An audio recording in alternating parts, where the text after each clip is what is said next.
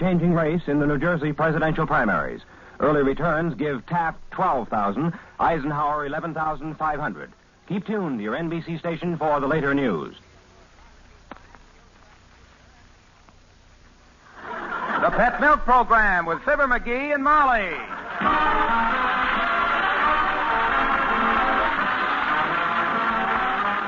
The first evaporated milk, Pet Milk, presents Fibber, McGee, and Molly with Bill Thompson, Gail Gordon, Gil Stratton Jr., Gloria McMillan, Cliff Arquette, Lou Krugman, and me, Harlow Wilcox. The show is written by Phil Leslie and Keith Fowler and directed by Max Hutto with music by the King's Men and Billy Mills Orchestra.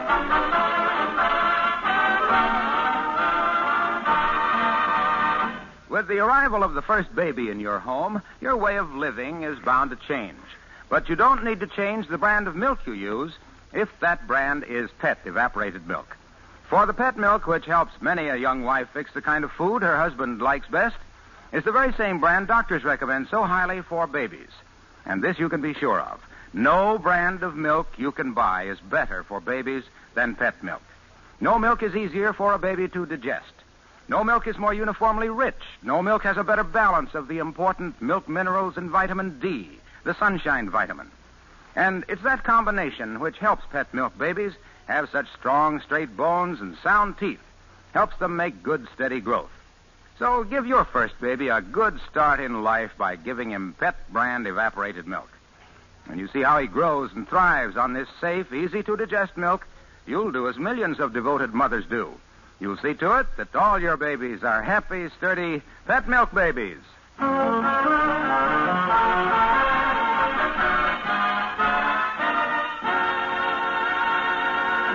At 79 Wistful Vista, the start of a new day is somewhat like the start of a race. The wife lines up at the kitchen stove, the husband lines up at the breakfast table, and they're off. At the home of Fibber, McGee, and Molly.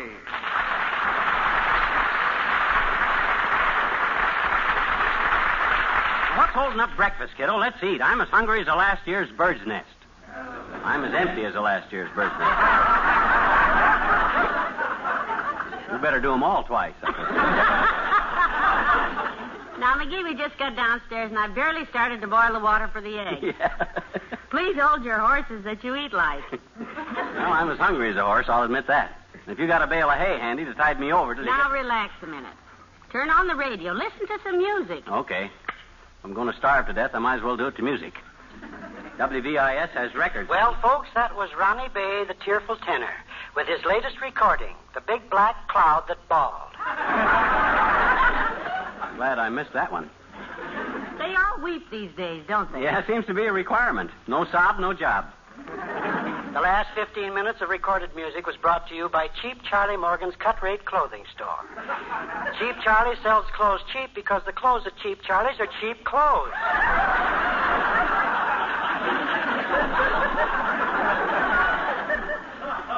Very sincere commercial. Yeah. The next group of records will be presented through the courtesy of Tony Ippolito, the genial, jovial proprietor of Tony's Roma Restaurant at 14th and Oak. Today, Tony has an important announcement to make. More talk. Heavenly day. He's decided to give his customers a break and serve them all the food they can eat for just $1. Listen for further details after the next recorded selection, which will be You Got Very Damp When I Cried Over You. Sung by Lonnie J., the blubbering baritone. Hey, you hear that? I don't blame you for turning it off, dearie. I wouldn't enjoy that one either. Oh, that ain't why I cut it off. Didn't you hear what he said about all you can eat for $1 at the Roma Restaurant? Yes, I did. Well, what are we waiting for? We're going there to eat breakfast? And why not? This is a chance of a lifetime, kiddo. Single-handed, I'm going to eat enough to put genial, jovial Tony clean out of business. Grab your hat. I'll grab my coat, and we'll both grab a streetcar. Come on.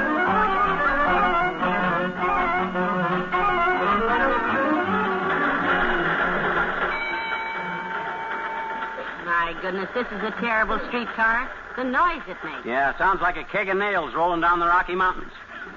But, boy, when I think of the food I'm going to eat for $1, it's... All policemen next. All policemen with Belgian Prospran. And round for Prospran. Did you ever notice that conductor, McGee? He has a sort of an accent, hasn't he? Yeah, at least. He learned to talk that way as a child, they tell me. Really? Had a very interesting family. His father was a shoemaker and always talked through a mouthful of nails, and his mother was a tobacco auctioneer. With that background, he was a cinch. Locomotive Travers next. Locomotive Travers. Connected with Nevis Flowers and all to Earth.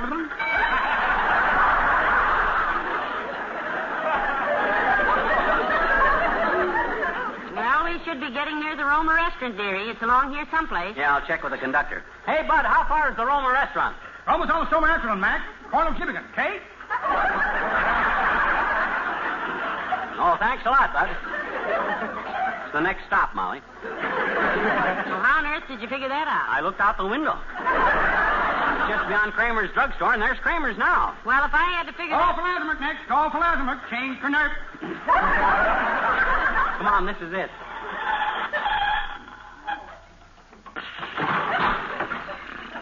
Call for Lazimak. Call out for Call for Lazimak. Next car. Watch it, Molly. Give me your hat. Hot step, please. Take the first amount of press cup made. Forward.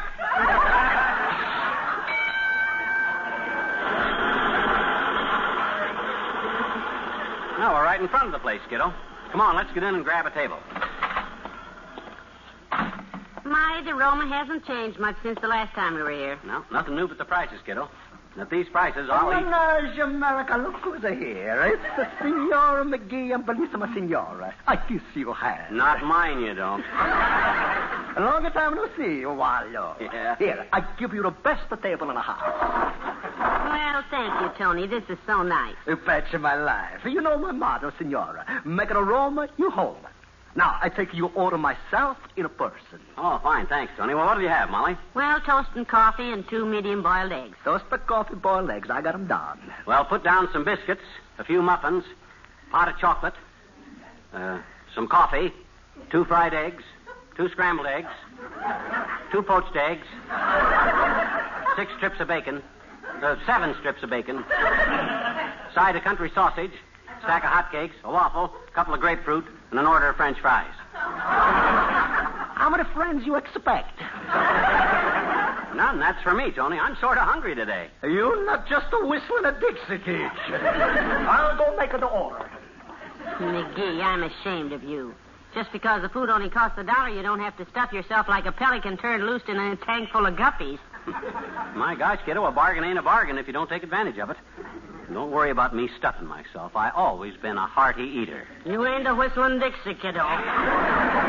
Even when I was a kid, I was no slouch. In fact, I was only 8 years old when I entered a pie-eating contest at the Old Settlers' Picnic against a bunch of full-grown men. There was a prize for the one who ate 20 pies first, and I'd have won it except for a slight misunderstanding. A misunderstanding? Yeah, I thought the paper plates they served the pies on were the bottom crusts. Eating them kind of slowed me down. Well, something better slow you down today. That breakfast you just ordered. Oh, look who just came in. Huh? Hello, Mr. Mayor. Oh, hi, Latriv. Oh, good morning, Molly. Hello, McGee. Having a little breakfast? He's having a lot of breakfast, Mr. Mayor. Will you join us? Oh, thank you, Molly. I can't stay. I just dropped in to reserve a table for dinner tonight. Miss Newell and myself. Oh, well, you picked a good place to bring her to, Latriv. You know the slogan here. If she eats you out of house and homa, bring her down to Tony's Roma.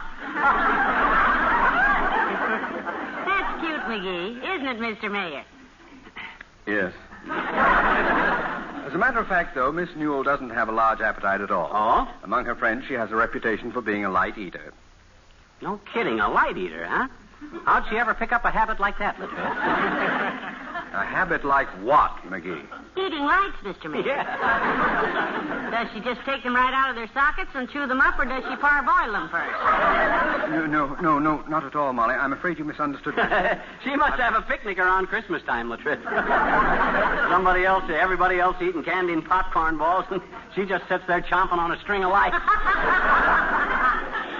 It must make it pretty hard to decorate the tree if she keeps chewing up the light bulbs all the time. Because there's never enough anyway, you know. Just a minute, Molly, please. I didn't say that Miss Newell chews light bulbs. She doesn't at all. Oh, she just gulps them down whole like eating oysters, does she? Yes.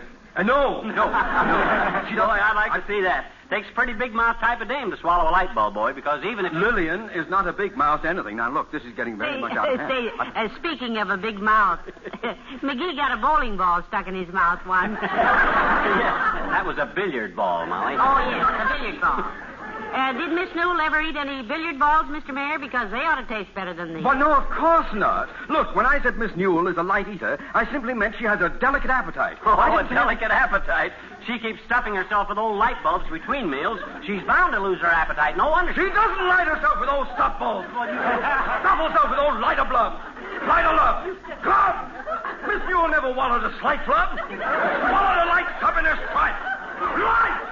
I merely said the girl is a wife beater. A light beater. A wife beater! I didn't say anything of... You were the one. It was just...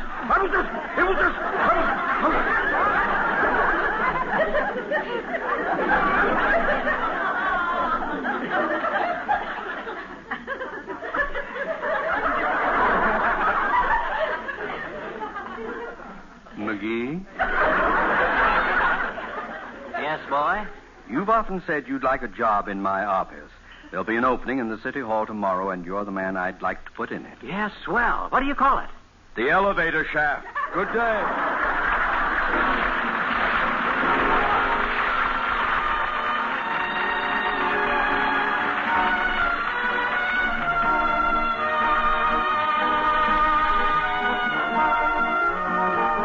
The King's Men and the Moon Was Yellow. The moon was yellow, and the night was young.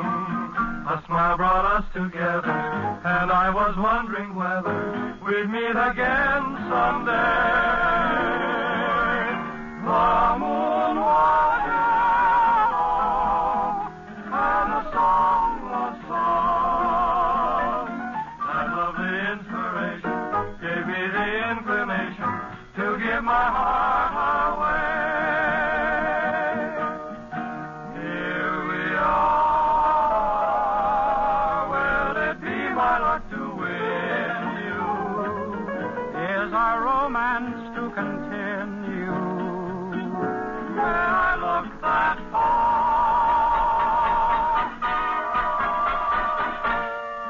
My love is mellow, and my hopes are strong.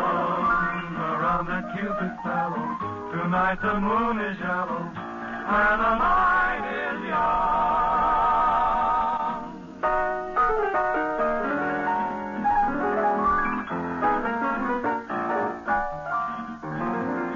Behold, the moon is yellow, and the night is young.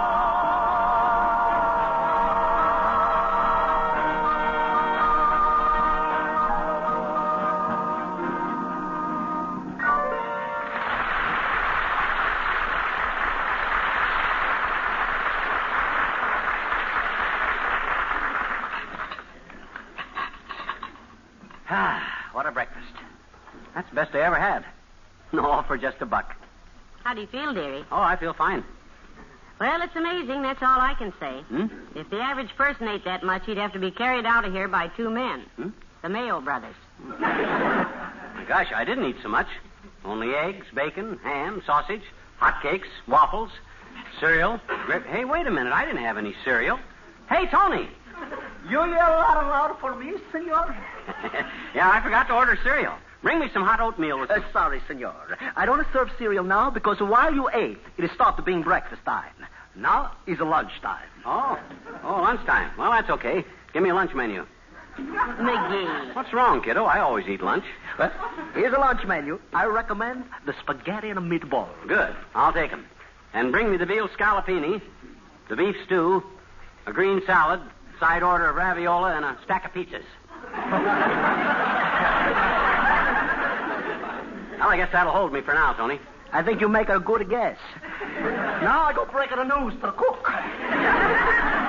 Oh, McGee, this is incredible. Right on top of that huge breakfast you ordered. Hello, Mrs. McGee. Mr. McGee. Oh. Well, Debbie Lynn. Hello, dear. Hi, Debbie. Where's your boyfriend? Oh, hi, Ed. Pull up a chair, kids. Oh, we've already eaten, Mr. McGee, thanks. Oh, yes. And besides, Ed has to get back to his job. If he's late, Mr. Kramer throws a fit. How come you're eating here, Ed? I thought you got your food at the drugstore for free. Oh, I do, sir, but some days I just can't face it. Yeah? It's always sandwiches, sandwiches, sandwiches. I'm getting so I can't look a Swiss in the rye anymore. Well, don't you worry, Ed. I'm taking the domestic science course at school, you know, and after we're married, I'll cook all your meals. I hope so. How are you getting along with the course, Debbie? Well, my meat and vegetable and dessert grades haven't been too good, Mrs. McGee. In fact, there's only one thing I've made an A on. What's that? Well, sandwiches. Well, I better get back to work, Mr. McGee. Ah, that's the spirit, Ed. You work hard, boy, and save your money. And one of these days you'll have yourself a stack. Yes, sir. You know what the stack will be, don't you? Sandwiches. Oh. Come on, Debbie. Goodbye. Now, Bye. So long, kid.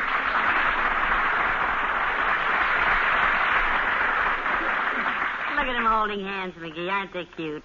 So in love. Yeah, and speaking of love, Molly, Yes, dearie, yes. I'd love to eat here every day. Just think, breakfast and lunch for only $1. I say something wrong?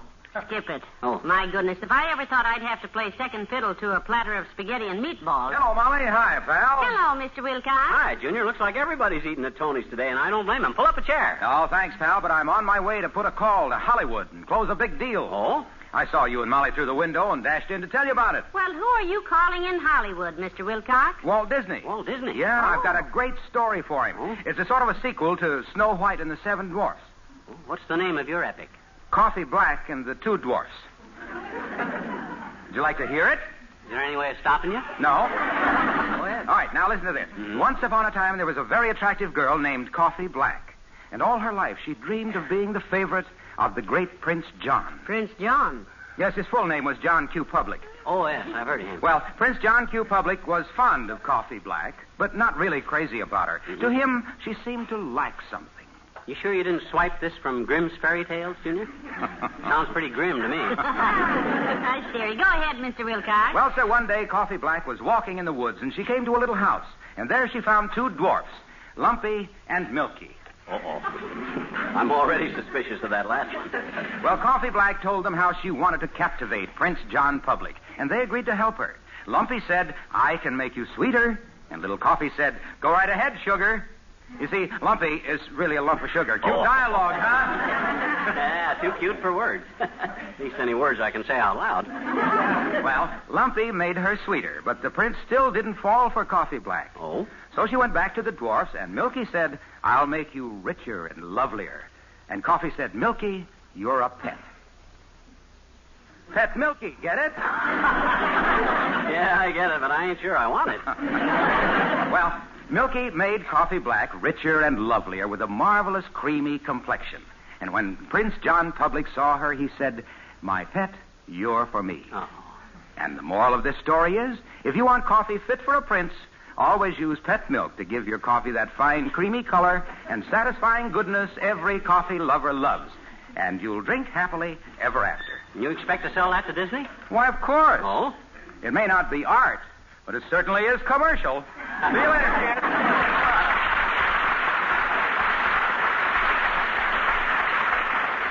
Wasn't that a cute story, dearie? You know, he has a Hold it, talent. kiddo, hold it. Here comes the food. Oh, look at that. What a magnificent lunch coming up. Wow. Just to feast your eyes on those magnificent meatballs. Oh, boy. I go bring the veal scallopine, the salad, and all the rest. Oh, just look at that, Molly. There's a lunch fit for a king. That's fit for about 4 kings. And a jack. Huh? Look, McGee, I'm going to run over to the beauty parlor while you're eating. Just the sight of all that. Oh, don't run out on a bargain like this, Molly. You sure you can't eat some more? I'll feed you all you want today, kiddo. Well, frankly, dearie, I'm fed up. Oh. I'll see you later. Oh, what's the matter with her? I don't get it.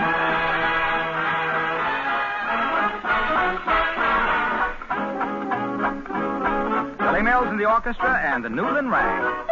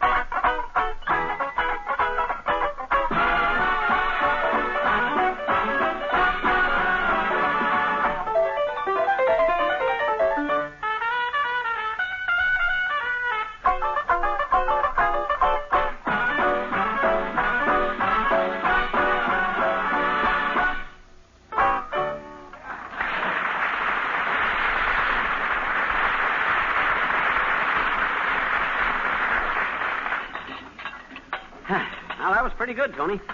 Might as well give me another cup of coffee while I'm waiting for Molly, I guess. Cup of coffee number 17 coming up.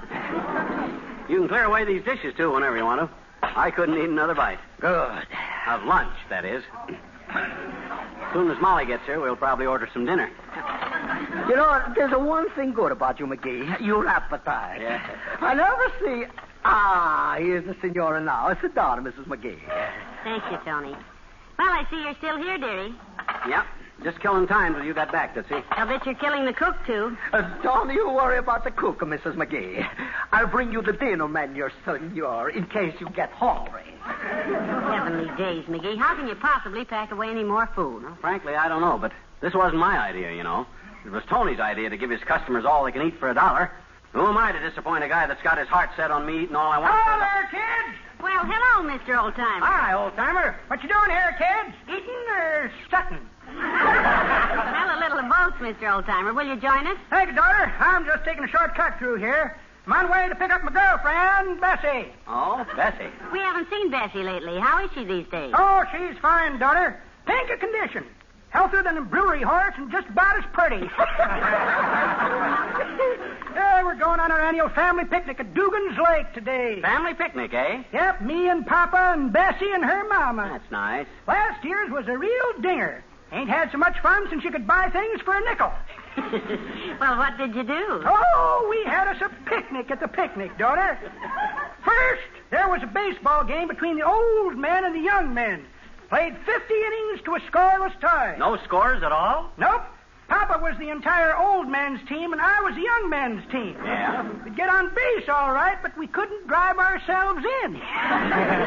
Must have been a fascinating game. Well, sir, after we got through the ball game, we ate. Oh. Then we frolicked in the lake for a spell, and Bessie and her mama said they'd bury me in the sand. Oh, how cute. They started burying me, but right in the middle of it, I made a startling discovery. I got up and took off like a quail. Why, old-timer? Well, I noticed just Bessie was covering me up. Yeah? Her mama had a hammer and a chisel and was carving me a headstone. Go on, old-timer.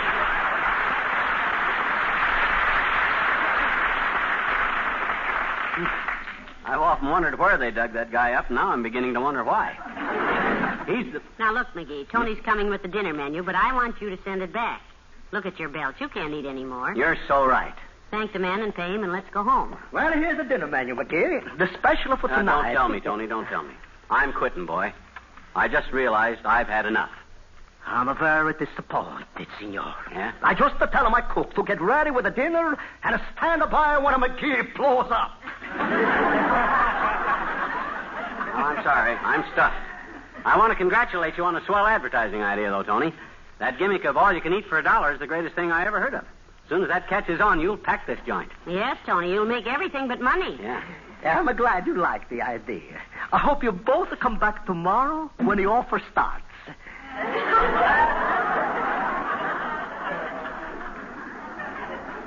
Tomorrow? I heard it on the radio today, and that's why I came down here. I guess you don't listen to the whole announcement, McGee. Huh? Tomorrow, all you can eat for $1. Today, here's your check. Oh, my gosh. Oh, look at that. $17.65. Oh, Well, this is inflation.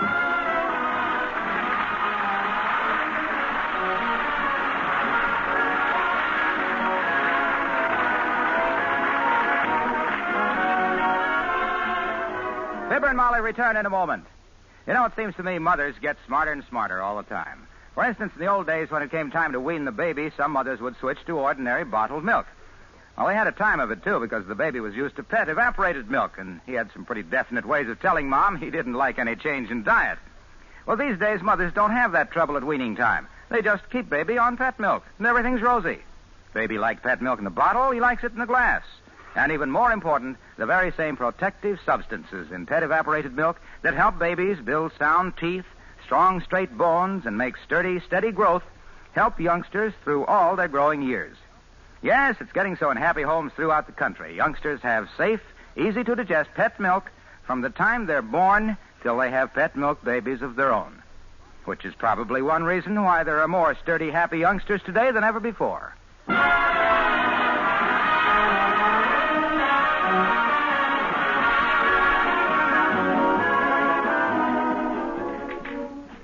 McGee, come on back up to bed. What are you doing out there in the dark? Oh, nothing. McGee, for good heaven's sake, get away from that icebox. Icebox? Oh, I thought that was the medicine chest. Good night. Good night, all.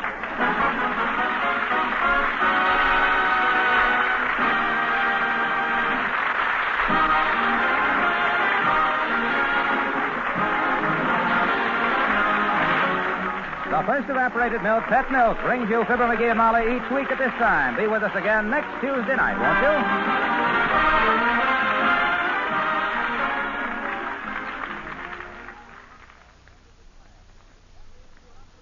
To most newly married couples, a first house is a dream to be realized. And to most older couples, the first house is a dream to be remembered. And to a young couple like Jim and Sally Carter, leaving the first house becomes a reality that isn't easily faced, as you'll hear in the story of the week on Pet Milk's Mary Lee Taylor program next Saturday morning. The second big feature is the recipe of the week for Fruit Kisses, a colorful springtime dessert that looks and tastes extra special, yet costs very little. Don't miss Pet Milk's big double feature Mary Lee Taylor program, a Saturday morning favorite on NBC.